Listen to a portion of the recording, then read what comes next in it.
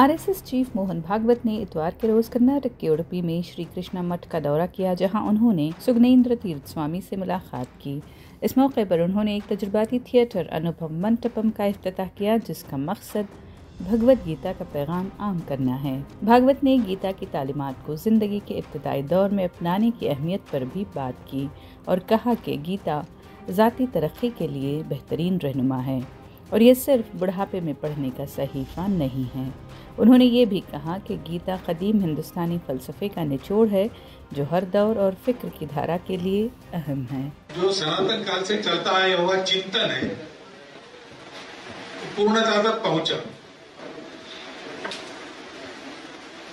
उस चिंतन का सारांश गीता है। सर्वोपनिषदों का वो गोप्ता गोपालन,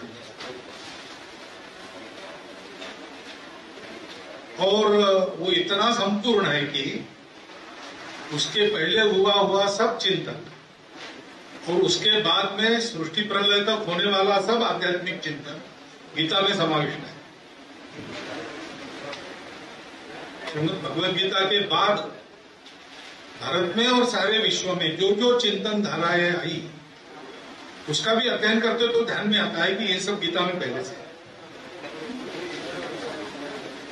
और वो गीता ये रोज के जीवन में पथ प्रदर्शक है। बुढ़ापे में पढ़ने का ग्रंथ नहीं है। वो बचपन से ही उसका संस्कार मिलना चाहिए, तो जीवन में यशस्वी और सार्थक बनकर आदमी जी सकता है।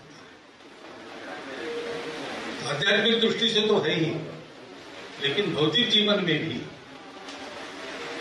उसी के परिशीलन से, मनन चिंतन से अपनी एक एक कृति को जब हम परिशुद्ध करते हैं तो वो होता है।